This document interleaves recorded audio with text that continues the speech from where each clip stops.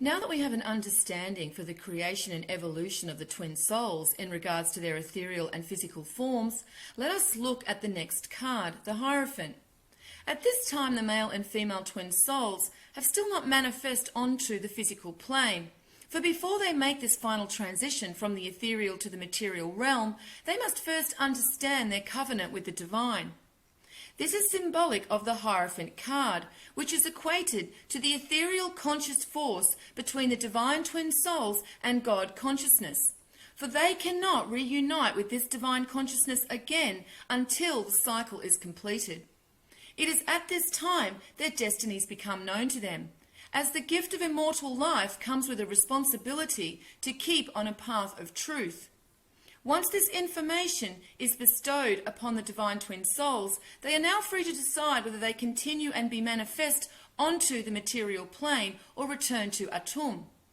We also need to understand that this transitional stage doesn't result from discussions and conversations.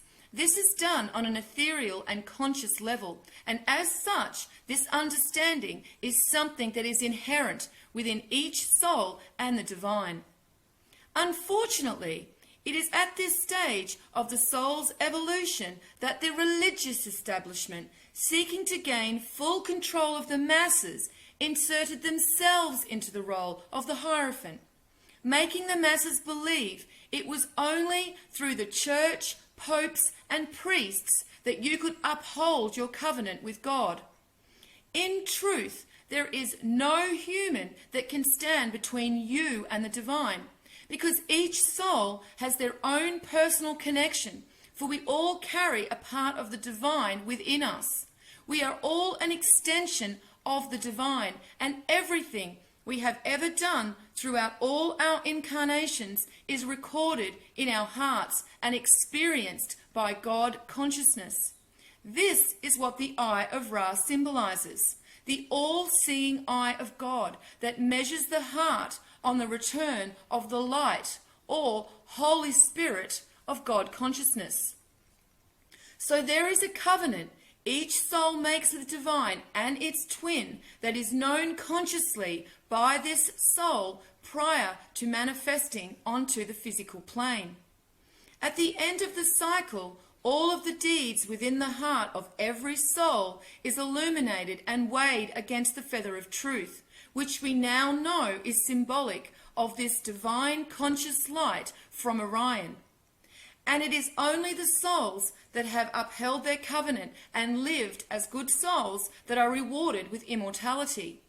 This is why the heart is so important in all the cultures, mythologies, and scriptures. For what is written in the heart cannot be hidden from the light, and each heart will be weighed. So let us once again return to the golden mean spiral and Fibonacci sequence to see where the Hierophant card number 5 is situated. And we see that it is at number 5 on the Fibonacci sequence and golden mean spiral. Again, we can also see this section of the golden mean spiral encompasses all the other sections, and this is symbolic for the covenant between the divine twin souls and God before they manifest onto the physical plane. If we add the numbers of the Fibonacci sequence up until this section, we get 12. The number 12 is symbolic of the twin souls who are not yet reunited with God consciousness. We can also look at the number 5 in its symbolic form and see that the Roman numeral 1s that were on the High Priestess card are now joined together at the bottom. This is representing the connection between the twin souls as they are about to be manifest onto the physical plane. The High Priestess card is also symbolically connected to the Hierophant, for it is the female creation force that births everything into existence, including the twin souls. We can also see this relayed in ancient Egyptian and Sumerian mythologies, as it is Isis who resurrects Osiris, and Semiramis who resurrects Nimrod, and the goddess Nut that creates all. We see the symbolic connection of these numbers also on the Justice card, which is number 11. This card is symbolic for the covenant on our return back to God consciousness. For at this stage, the discernment of our covenant determines whether we pass beyond those pillars back to our divinity. If we look to the Kabbalah tree of life, the Hierophant card equates to the very mysterious and misunderstood Sephirot Death. Death is like Kether, and they are both symbolic of the ethereal and conscious forces outside of the ethereal physical form represented by the other Sephirot. Death is situated between the throat and third eye chakra, representing a conscious and ethereal force between the soul and divine consciousness. In Kabbalah, death is said to represent a third conscious intellect. This is symbolic for the conscious ethereal force between the divine and the consciousness of the souls.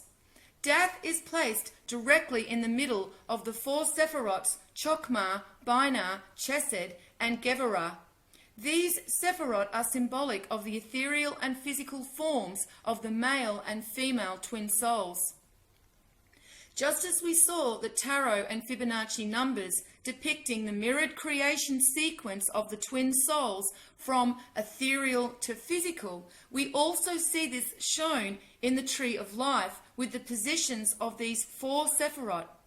So we have the magician represented as Chokmah, the high priestess Binah, the empress is Chesed, and the emperor is connected to Gevurah. Chesed is symbolic for the attributes within the physical manifestation of the divine female twin soul of love and kindness. And Gevurah encompasses the physical qualities of the emperor and is symbolic for strength, power, and judgment. We also see that death lies directly beneath Kether, and it is said in some Kabbalah texts to be a reflection of Kether.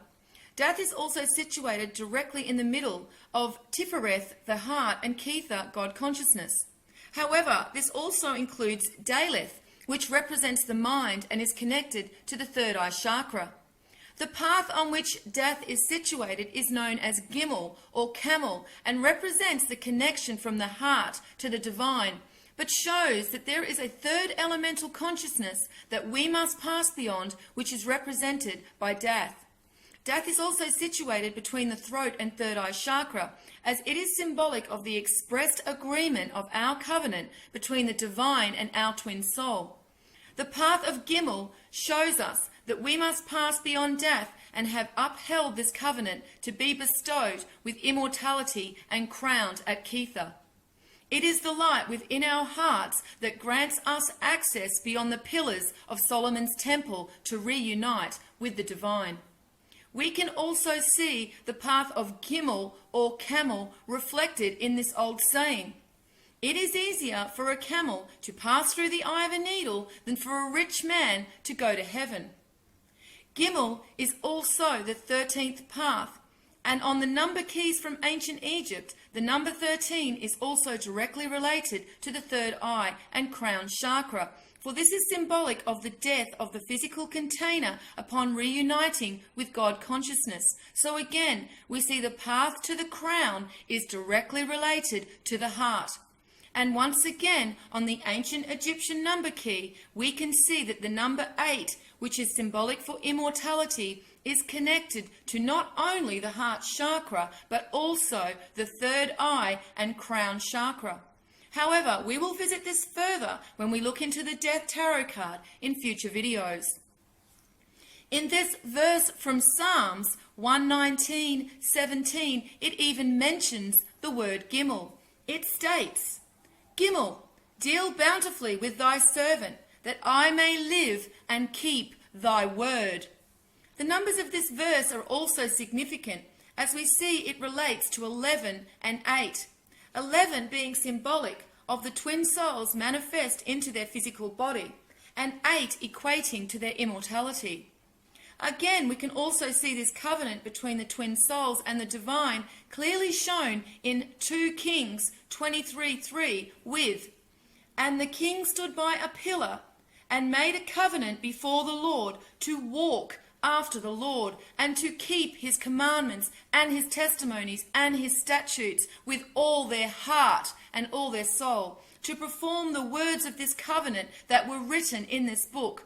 And all the people joined in to the covenant.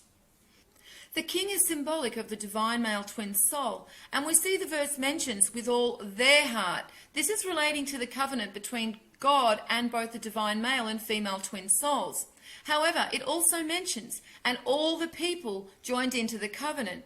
This is symbolic of every soul thereafter making a covenant with the divine. If we look at the numbers of this verse, we see it is 23:3. 2 and 3 equal 5. This is directly connected to the Hierophant Tarot card number 5, but also the Fibonacci sequence and golden mean spiral. And the 3 is representing the Trinity bound by this covenant. As discussed earlier, the Hierophant is related to death on the Kabbalah tree of life. However, the Hierophant also has a connection to the path of the serpent, as it represents the throat chakra on the tree of life. According to the Hindu tradition, the throat chakra is the 5th primary chakra and called the Vishhara or Vishhari. So again we see a connection between the number 5 with this chakra and the Hierophant card. The mantra or seed sound for this syllable is called Ham. It is interesting to note that some religious belief systems have an aversion to ham or pork. Could this be a strong symbolic gesture enacted as a way to ensure their memory of this covenant was kept? In the bindu or point above the mantra resides the deity Sadashiva, who has 5 faces and 10 arms. Again we see the connection to 5. And we also have 10, which represents both covenants of the twin souls and the infinite cycle of death and resurrection. The throat chakra is also symbolic of the energetic force we use to express our souls onto the material plane. This expression emanates from what is brought together from our heart and mind, thinking and feeling in unison. Together our feelings and thoughts are expressed at this energy point to be manifest onto the physical plane. The throat chakra is where we speak our truth and our lies. The immortality of our souls is determined by this expression of our soul and our connections with others on the material plane through cause and effect. Cause and effect is also a principle of Hermetics. This is the end of part 1 of number 6 in the Mystery Teachings series. In part 2, we will gain more of an understanding of the principle of cause and effect which governs our lives and how this is related to the Hierophant card and our destiny.